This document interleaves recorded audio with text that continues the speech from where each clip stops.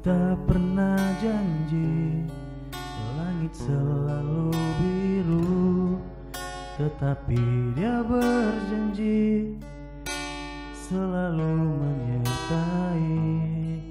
Tuhan tak pernah janji jalan selalu rata, tetapi Dia berjanji berikan kekuatan.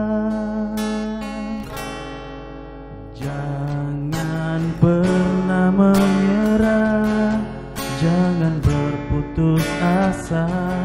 Mukjizat Tuhan ada saat hati menyembah. Jangan pernah menyerah, jangan berputus asa. Mukjizat Tuhan ada bagi yang setia dan percaya. Tuhan tak pernah janji langit selalu biru, tetapi Dia berjanji selalu menyertai. Tuhan tak pernah janji jalan selalu rata, tetapi Dia berjanji berikan kekuatan.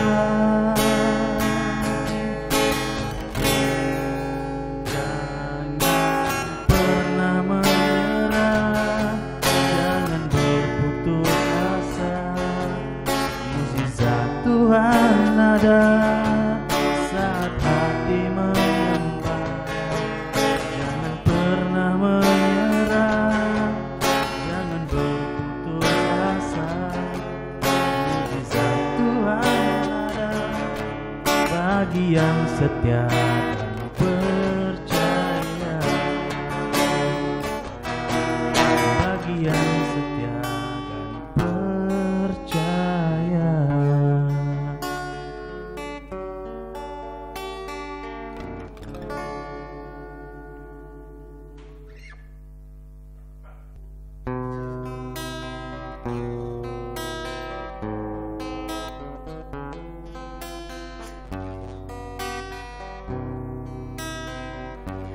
Aku nyanyi bila aku teringat kesusahan nanti akan lalu. Perjalanan di dunia akan tamat, dunia keji bukanlah rumahku. Sekarang ini hatiku terus nyanyi, bertahan selalu gembira hingga waktu kulihat kota suci, hingga aku sampai syurga. Harta dunia akan kurang nilainya, kita pinjam sementara saja. Harta ini dan segala usaha hanya tahan selagi di dunia. Sekarang ini hatiku terus nyanyi, bertahan selalu gembira hingga waktu kulihat kota suci, hingga aku sampai syurga.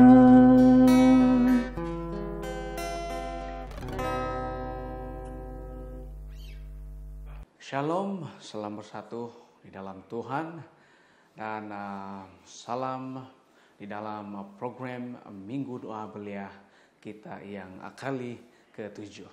Dan saya Susi Henry, Elder Gereja Sumlingon Laut, selaku pemimpin pengacara kita pada malam ini.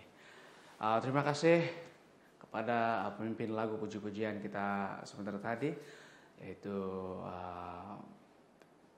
elder belia kita, Hazel Henry dari Gereja Sumbingan Laut. Dan sebelum kita mendengar pelajaran khotbah yang akan disampaikan oleh pastor kita, yaitu pastor daerah Sumbingan Laut, yaitu Pastor Edwin Roy, dan beliau akan membawakan sebuah pelajaran yang bertajuk makhluk asing yang sebenar menjadi penceroboh. Dan siapakah itu makhluk asing itu? Dan siapakah penceroboh itu? Dan nanti kita akan dengar pastor akan sampaikan nanti. Dan sebelum itu kita akan dipimpin doa oleh elder kita, itu Elder Bill dari Gereja Geruntung. Dan selepasnya doa ini kita akan diiringi dengan lagu puji-pujian dan lagu istimewa yang disampaikan dari gereja Mongkupa. Jadi kita tetap bersatu di dalam Tuhan dan kita bersatu di dalam roh kebenaran. Tuhan selalu menyertai kita.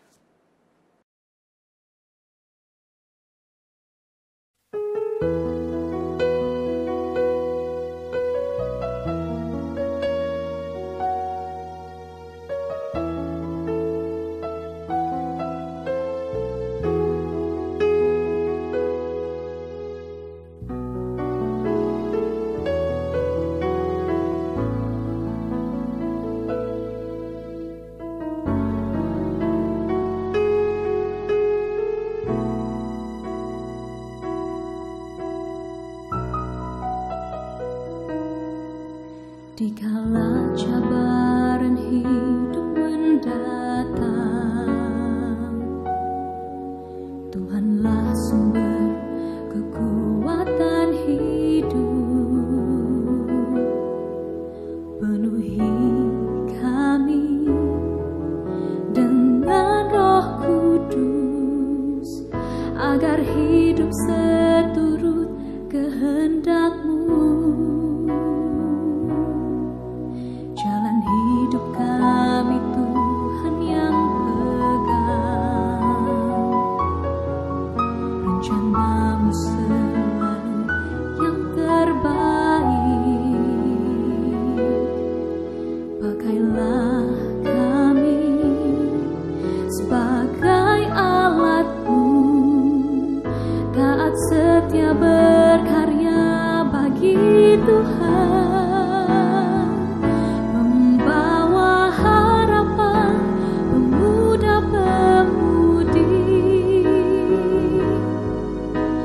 Sahut panggilan Tuhan, menjadi saksinya, berdiri teguh, perjuangkan kebenarannya, perlihatkan dunia kasih Tuhan.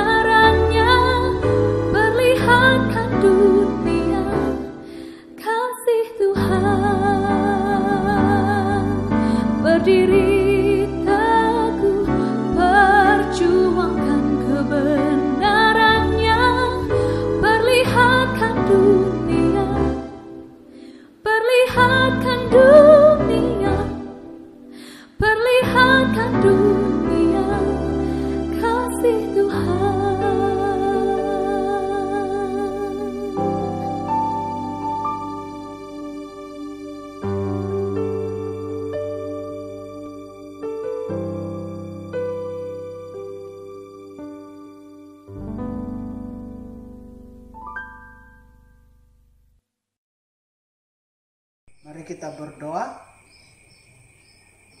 Allah Bapa kami yang bersemayam di dalam kerajaan surga, kami mengucap syukur atas penyertaan dan berkat yang Engkau telah berikan kepada kami.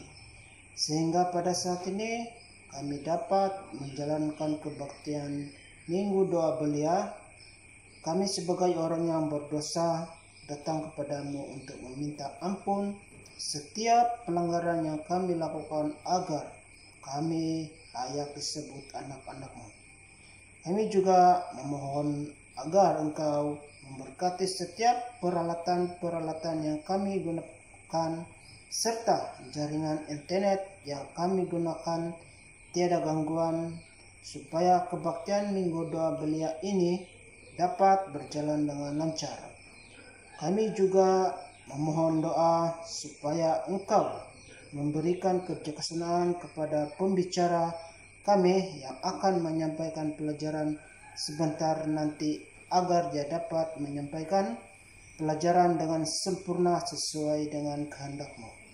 Kami juga ingin mengundang malaikat dan Roh Suci-Mu supaya menyertai kami sepanjang kebaktian ini agar berjalan dengan lancar. Bapa, ini saja permohonan kami, tapi kami percaya Engkau sudah mendengar dan menjawab doa ini. Semua ini kami serahkan dalam nama-Mu Yesus sebagai Juru Selamat kami. Amin.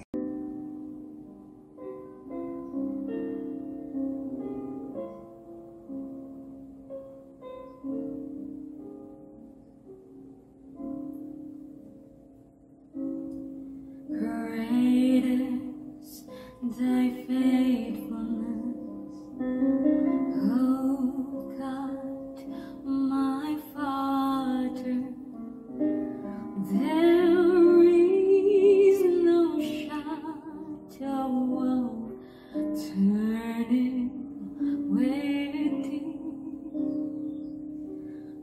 Thou changes not thy compassion. They fail not, as thou hast been, thou forever.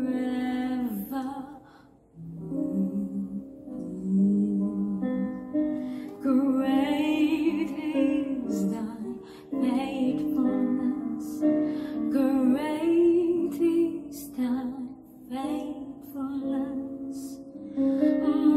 Morning by morning, your mercies I see. All I have needed, thy hand hath provided. Great is thy faithfulness, Lord, unto me.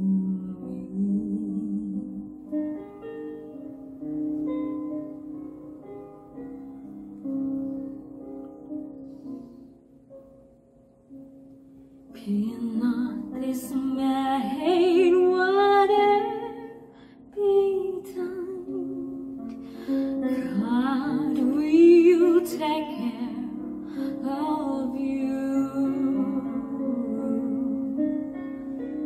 Beneath His wings of love abide, God will take care of you. God will take care of you through every day or all the way. He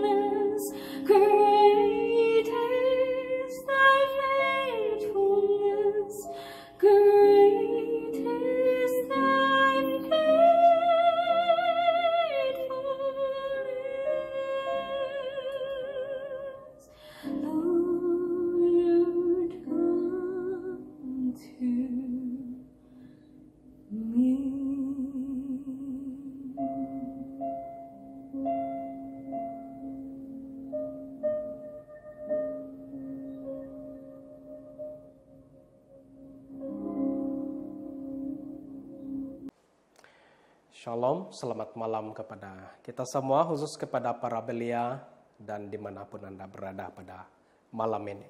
Pada malam ini kita sudah masuk kepada pelajaran yang ketujuh di dalam program Minggu Doa Belia Wilayah 2. Dan tajuk daripada pelajaran khutbah pada malam ini adalah makhluk asing sebenar yang menjadi penceroboh.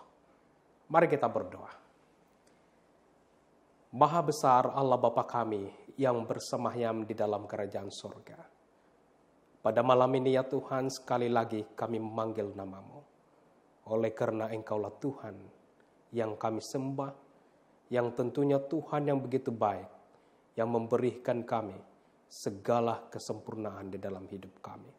Terima kasih ya Tuhan, karena roh Tuhan sudah membuka hati dan pikiran kami pada saat ini. Sementara kami belajar akan firman Tuhan. Di dalam nama Yesus kami berdoa. Amin. Terima kasih. Makhluk asing sebenar yang menjadi penceroboh. Dan inilah tajuk daripada pelajaran kita pada malam ini. Nah, beberapa bulan lalu, Barack Obama, yaitu bekas Presiden Amerika Serikat, menjadi trending di rangkaian sosial dan dalam berita untuk beberapa kenyataan yang diberikan dalam program television The Late Show. Nah, ternyata pengacara rancangan itu yang dikenal sebagai James Corden bertanya kepada Obama. Dia katakan seperti ini. Apakah mantan presiden ini mempunyai sebarang teori tentang kewujudan makhluk asing? Dengan nada yang bergurau, mantan presiden ini menjawab seperti ini. Apabila ia mengenai makhluk asing, ada beberapa perkara yang saya tidak boleh beritahu Anda di siaran ini, katanya. Tetapi kebenarannya tidak ada teori tentang kewujudan makhluk asing. Jadi ini yang dinyatakan oleh mantan presiden Amerika Serikat yang begitu terkenal. Dia katakan tidak ada teori tentang kewujudan makhluk asing. Walau bagaimanapun dalam program lain, bekas presiden ini telah didekati dengan topik yang sama juga. Namun pengacara yang berbeda. Dan dalam nada yang lebih serius, mantan presiden ini menjawab bahwa memang penyesatan telah dilakukan dan jika benar adanya makhluk asing, maka banyak perkara yang akan berubah. Dia juga menambah bahwa sekiranya adalah makhluk asing, maka agama baru akan muncul, dia katakan. Jadi tidak mengejutkan saudaraku, para pemuda yang dikasihi. Kenyataan yang dibuat oleh salah seorang pemimpin paling berpengaruh dalam beberapa tahun kebelakangan ini mencetuskan teori konspirasi bahwa kita berada di ambang pencerobohan makhluk asing. Nah, ramai orang mula membuat spekulasi bahwa tidak lama lagi kita akan diceroboh oleh kononnya penghuni planet lain. Lalu apa perasaan kita kalau memang penghuni planet lain datang ke bumi ini? Adalah penting untuk kita memahami bahwa ini adalah teori konspirasi dan ia tidak mempunyai asas apa-apa. Walau bagaimanapun kitab Wahyu memberitahu kita tentang pencerobohan makhluk asing. Dan ia akan menjadi pencerobohan terbesar dalam sejarah. Tetapi bukanlah makhluk daripada planet lain seperti yang dicipta oleh imajinasi manusia. Tetapi dia adalah Yesus Kristus, Raja segala raja, dan Tuhan atas segala Tuhan yang akan kembali ke bumi bersama para malaikatnya dan dalam menunaikan janjinya. Nah, saudaraku, rekan-rekan yang dikasihi, dalam Wahyu 19 ayat 11 hingga 16, mari kita baca bersama-sama huraian tentang pencerobohan terbesar di dalam sejarah. Wahyu 19 ayat 11 sampai 16 saya bacakan di sini. Lalu aku melihat sorga terbuka. Sesungguhnya ada seekor kuda putih. Dan Ia yang menungganginya bernama yang setia dan yang benar. Ia menghakimi dan berperang dengan adil. Dan matanya bagaikan nyala api, dan di atas kepalanya terdapat banyak mahkota, dan padanya ada tertulis suatu nama yang tidak diketahui seorang pun kecuali Ia sendiri. Dan Ia memakai jubah yang telah dicelup dalam darah, dan namanya ialah Firman Tuhan. Dan semua pasukan di sorga mengikuti Dia. Mereka menunggang kuda putih dan memakai lenan halus yang putih dan bersih. Dan dari mulutnya keluarlah sebilah pedang tajam yang akan memukul segala bangsa. Dan Ia akan menggembalakan mereka dengan gadah besi, dan Ia akan memeras anggur dalam kilangan anggur, yaitu kegeraman murka Allah yang maha kuasa. Dan pada jubahnya dan pahanya tertulis suatu nama, yaitu Raja segala raja dan Tuhan di atas segala Tuhan. Nah, rekan-rekanku orang muda, para pendengar yang dikasihi Tuhan, melalui ayat yang dibacakan tadi di dalam buku Wahyu 19 ayat 11 hingga 16, Rasul Yohanes memperkenalkan Yesus sebagai jenderal yang menang, yang datang berpakaian merah, lambang darah Yesus sendiri, yang ditumpahkan untuk pengampunan dosa-dosa kita. Dan di atas kepalanya tidak membawa mahkota, tetapi banyak mahkota sebagaimana kemenangannya untuk semua orang.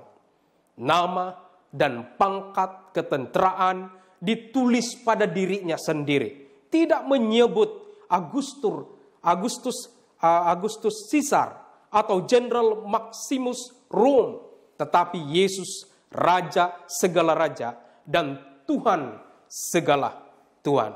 Bolehkah kita bayangkan bagaimana jika wahyu telah ditulis pada zaman kita? Bagaimanakah kita menggambarkan kedatangan Yesus Kristus itu sebagai Tuhan kita? Nah, saya serahkan ini kepada imajinasi kita. Apa yang ingin saya sampaikan kepada kita ialah tidak ada perkataan yang boleh menggambarkan kehebatan hari itu apabila Yesus menampakkan diri untuk kali kedua dalam kemuliaannya. Walaupun kita tidak dapat menggambarkan dengan tepat peristiwa kedatangan Yesus yang kedua kalinya, namun Alkitab mendedahkan sekurang-kurangnya 5 kebenaran yang menggambarkan bagaimana Yesus akan kembali. Nah, saudaraku, kebenaran yang pertama adalah Yesus akan datang secara literal. Nah, kehidupan kedua Kristus bukanlah seperti yang diajarkan oleh sesetengah orang, sekadar kepulangan rohani atau simbolik. Sebaliknya, kedatangan kedua secara literal akan menjadi satu peristiwa. Apabila Yesus naik ke surga, selepas kebangkitannya, 2 malaikat bercakap kepada murid-murid berkata, yang terdapat di dalam buku Kisah Para Rasul, pasal 1 ayat 11, dan berkata kepada mereka, malaikat ini mengatakan seperti ini, hai orang-orang Galilea, di dalam buku Kisah Para Rasul, pasal 1 ayat 11, hai orang-orang Galilea, mengapa kamu berdiri melihat ke langit? Yesus ini yang terangkat ke surga meninggalkan kamu, akan datang kembali dengan cara yang sama seperti kamu lihat dia naik ke surga. Nah, Yesus akan kembali secara pribadi, saudara. Kedatangan Yesus yang kedua kali akan menjadi penampakan literal, bukan simbolik, tetapi benaran dilihat dengan mata. Seperti yang dijanjikan oleh Yesus. Yesus yang sama yang telah melakukan mukjizat besar di dalam dunia ini. Yang mati yang bangkit akan kembali datang ke dunia kita dan membawa kita bersama-sama masuk ke dalam kerajaan surga. Nah, kebenaran yang kedua adalah Yesus akan datang dengan nyata. Di dalam Wahyu pasal 1 ayat 7, tidak meninggalkan ruang untuk keraguan dalam pikiran kita tentang seperti apa kedatangan Tuhan kita itu. Karena di dalam ayat ini, di dalam Wahyu 1 ayat 7 mengatakan, pada waktu itu akan tampak tanda anak manusia di langit, dan semua bangsa di bumi akan meratap, dan mereka akan melihat anak manusia itu datang di atas awan-awan di langit dengan segala kekuasaan dan kemuliaannya. Yesus sendiri menggambarkan kedatangannya yang kedua sebagai peristiwa yang kelihatan. Pada waktu itu akan tampak tanda anak manusia di langit, dan semua bangsa di bumi akan meratap, dan mereka akan melihat anak manusia itu datang di atas awan-awan di langit dengan segala kekuasaan dan kemuliaannya. Ini juga dicatat dalam Matius pasal 24 ayat 30. Semua mata akan melihat, saudara. Semua mata. Tidak ada satu pun di antara manusia di muka bumi ini yang tidak akan melihat pada saat Yesus datang kedua kalinya. Semuanya melihat. Kebenaran yang ketiga, saudara, adalah Yesus datang dengan bunyi yang nyaring. Alkitab jelas dalam pengajaran bahwa kita bukan saja akan melihat kedatangan Yesus, tetapi kita juga akan mendengar Dia. Dalam 1 Tesalonika pasal 4 ayat 16 mengatakan, sebab pada waktu tanda diberi, yaitu pada waktu penghulu malaikat berseru dan sangkakala Allah berbunyi, maka Tuhan sendiri akan turun dari sorga, dan mereka yang mati dalam Kristus akan lebih dulu dibangkit. Nah, Rasul Petrus juga merujuk kepada bunyi yang sangat besar. Di dalam 2 Petrus 3 ayat 10 mengatakan, tetapi hari Tuhan akan tiba seperti pencuri. Pada hari itu langit akan lenyap, dan gemuruh yang dahsyat dan unsur-unsur dunia akan hangus dalam nyala api, dan bumi dan segala yang ada di atasnya akan hilang lenyap. Nah, jelas sekali bahwa kedatangan Kristus yang kedua kali akan bergemuruh, akan banyak bunyian yang kuat, saudara. Akan ada jeritan dan sangkakala dan segala jenis bunyi yang kuat, sangat jelas kedengaran. Dan tidak ada satu telinga pun manusia yang ada di bumi ini yang tidak mendengarkan. Semua mendengarkan bunyi sangkakala yang kuat ini pada saat Yesus datang kedua kali. Nah, kebenaran yang keempat adalah Yesus datang dengan pasukan malaikatnya. Apabila Yesus kembali, Dia tidak akan keseorangan. Alkitab mengatakan bahwa malaikat akan menyertai Yesus. Dalam Matius 25 ayat 31 mengatakan, apabila anak manusia datang dalam kemuliaannya dan semua malaikat bersama-sama dengan Dia, maka Ia akan bersemayam di atas takhta kemuliaannya. Nah, saudara, perhatikan bahwa ini bukan tentang beberapa malaikat, tetapi tentang semua malaikat yang berada di sorga bersama-sama dengan Yesus datang ke dunia.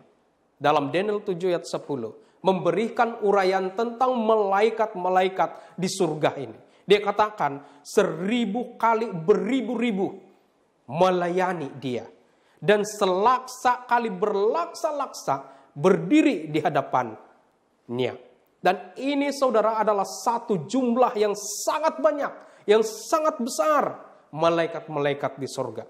Dan ingat bahwa seluruh malaikat yang banyak ini akan datang bersama-sama dengan Yesus kembali ke dunia untuk mengambil kita yang benar masuk ke dalam kerajaan surga. Nah, kebenaran yang kelima, Dan yang terakhir adalah Yesus akan datang dan membuatkan dunia terkejut. Nah, kedatangan Kristus juga akan menggoncangkan bumi. Seolah-olah gempa bumi global meruntuhkan planet bumi ini. Mari kita baca dalam Wahyu 6 ayat 12 sampai 14. Dikatakan seperti ini. Maka aku melihat ketika anak domba itu membuka meterai yang keenam, sesungguhnya terjadilah gempa bumi yang dahsyat dan matahari menjadi hitam, bagaikan karung rambut dan bulan menjadi merah, seluruhnya bagaikan darah. Dan bintang-bintang di langit berjatuhan ke atas bumi bagaikan pohon ara, menggugurkan buah-buahnya yang mentah. Apabila ia digoncang angin yang kencang, maka menyusutlah langit bagaikan gulungan kitab yang digulung, dan tergeserlah gunung-gunung dan pulau-pulau dari tempatnya. Wah, gempa bumi yang cukup kuat, menghancurkan gunung juga, akan mengaktifkan setiap gunung berapi di planet bumi ini dan mencetuskan tsunami global yang menakjubkan. Bolehkah kita bayangkan tentang hal ini? Pulau-pulau yang lenyap dan daratan yang besar dipecahkan oleh ombak gergasi. Nah, anak-anak muda yang dikasihi Kristus, saudara dan saudari yang dikasihi Kristus, kedatangan Kristus yang kedua kali adalah peristiwa yang akan berlaku dan pasti berlaku lebih cepat daripada apa yang kita boleh bayangkan. Kita akan melihat Yesus kembali bersama malaikat-malaikatnya yang kudus. Yesus akan datang. Lalu pertanyaannya, saudara, adalah pada saat Yesus datang kedua kali, apakah saya selamat? Apakah saya adalah bahagian daripada kedatangan Yesus untuk membawa saya ke sorga? Inilah yang bermain di dalam pikiran kita. Apabila Yesus datang ke dunia, manusia akan dibagikan kepada dua kumpulan. Kumpulan yang diselamatkan dan kumpulan yang tersesat. Dalam Wahyu 6 ayat 15 sampai 16 mengatakan, menerangkan kumpulan orang yang tersesat seperti berikut. Dan raja-raja di bumi dan pembesar-pembesar, serta parwira-parwira dan orang-orang kaya, serta orang-orang berkuasa dan semua budak serta orang merdeka bersembunyi di dalam gua-gua dan celah-celah batu karang di gunung. Dan mereka berkata kepada gunung dan kepada batu-batu karang itu, runtuhlah menimpa kami dan sembunyikanlah kami terhadap Dia yang duduk di atas takhta dan terhadap murka anak domba itu. Bagi kebanyakan orang, saudara, ia akan menjadi hari yang sangat menyedihkan dan menakutkan. Tetapi bagi orang lain, ia akan menjadi hari yang terbaik dalam hidup mereka. Suatu hari yang sangat menggembirakan mereka. Karena apa yang ditunggu-tunggu selama ini sudah ada di depan mata.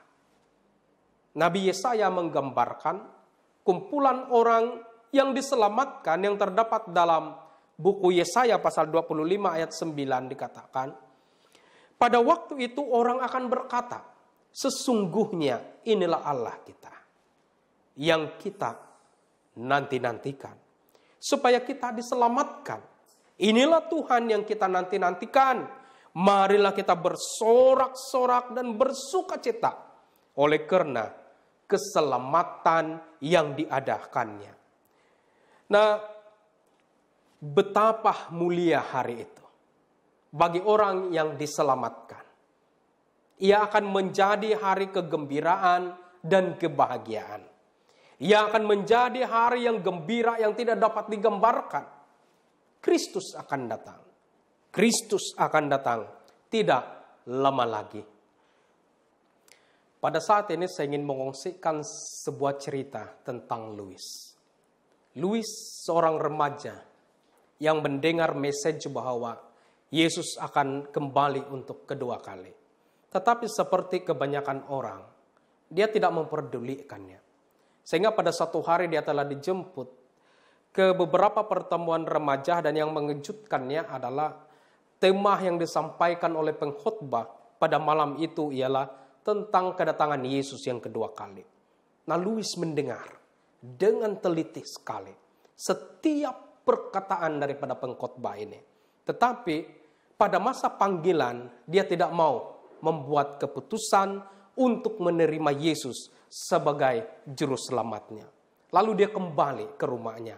Dia balik dari gereja dengan menggunakan motorsikelnya, dan tanpa diduga dia dilanggar oleh sebuah kendaraan yang datang dari arah bertentangan. Ajaibnya saudara adalah Tuhan memelihara nyawa Louis. Dia dibawa ke hospital, separah tidak sadarkan diri. Dalam perjalanan semasa para medik melakukan segala-galanya untuk menyelamatkan nyawanya, Louis berdoa kepada Tuhan dan memintanya untuk menyelamatkan nyawanya. Syukur puji Tuhan, keajaiban itu terjadi kepada Louis. Semasa di hospital, Louis membuat keputusan untuk menyerahkan nyawanya kepada Yesus. Beberapa bulan kemudian dia dibaptiskan. Dan hari ini saudara, puji Tuhan, dia adalah seorang yang percaya kepada Injil dan menantikan dengan gembira kedatangan Yesus yang kedua kali. Sebagai kesimpulan daripada pelajaran kita, dan juga merupakan ajakan kepada semua para belia, semua kita yang sedang mendengarkan pelajaran ini pada saat ini. Tujuan message ini bukan untuk menimbulkan ketakutan kepada kita. Sebaliknya tujuan message ini pada malam ini kepada kita adalah untuk membawa harapan kepada kita semua. Hari ini Tuhan mau memberi Anda peluang yang baru. Hari ini adalah hari terbaik untuk menyerahkan hidup Anda kepada Tuhan dan bersiap sedia untuk kedatangan makhluk asing yang sebenar, yaitu kedatangan Yesus yang kedua kali, yang tentunya dalam kemuliaan dan keagungannya. Apakah Anda mau menyerahkan hidup Anda kepada Yesus saat ini? Saudaraku, terimalah Yesus sebagai juru selamatmu. Maka Anda akan menjadi bahagian umat yang akan dijemput Tuhan masuk ke dalam kerajaan sorga. Kiranya Tuhan memberkati kita semua. Hati saya adalah milik Yesus. Mari kita berdoa. Bapa kami yang bersemayam di dalam takhta kerajaan sorga. Pada malam yang indah ini ya Tuhan, kami sudah disajikan satu pelajaran indah di mana kami telah mengetahui bahwa Yesus akan datang kembali. Bila mana kami menerima Yesus sebagai juru selamat kami, menuruti segala perintah-perintah Tuhan, maka kami akan menjadi bahagian di dalam kedatangan Yesus yang kedua kali, di mana kami akan dibawa masuk ke dalam kerajaan sorga. Dan inilah harapan kami ya Tuhan. Inilah dambaan kami. Inilah kerinduan kami selama ini. Yaitu kami ingin menantikan Yesus datang bersama dengan malaikat-malaikat sorga dan akan masuk ke dalam kerajaan sorga.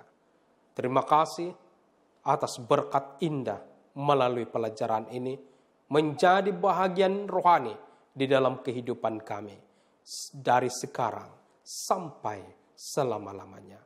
Terima kasih karena memberkati setiap kami di dalam mendengarkan firman Tuhan ini. Terima kasih karena mengampuni dosa kami ya Tuhan. Karena doa ini kami serahkan ke dalam tangan Tuhan melalui nama Yesus yang sudah menjadi Juru Selamat dan Penebus kami. Amin.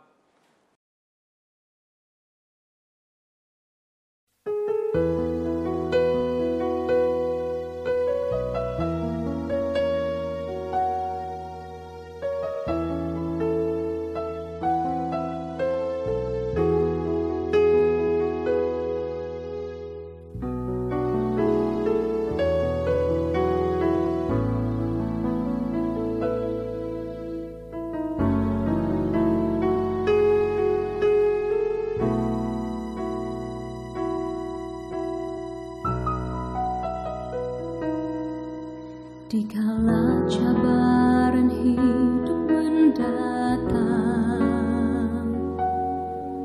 Tuhanlah sumber kekuatan hidup.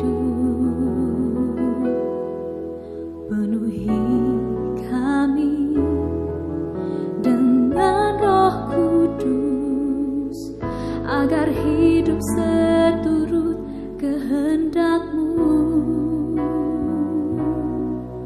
Jalan hidup kami Tuhan yang pegang, rencana-Mu selalu yang terbaik.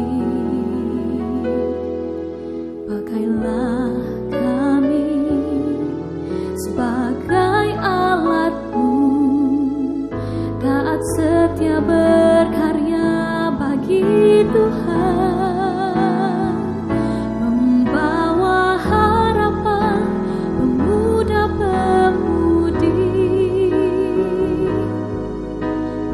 Sahut panggilan Tuhan, menjadi saksinya, berdiri teguh, perjuangkan kebenarannya, perlihatkan dunia kasih Tuhan.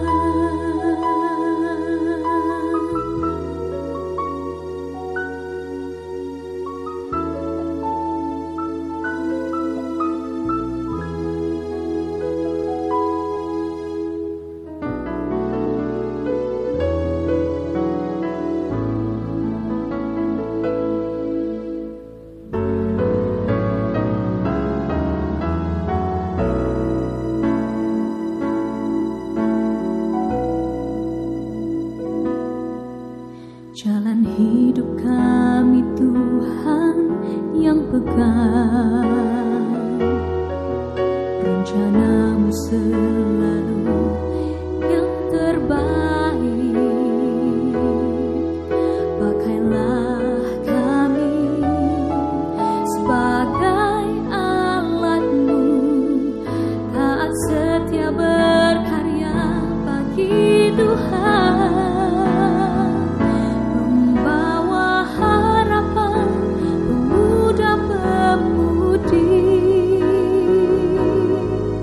Ayo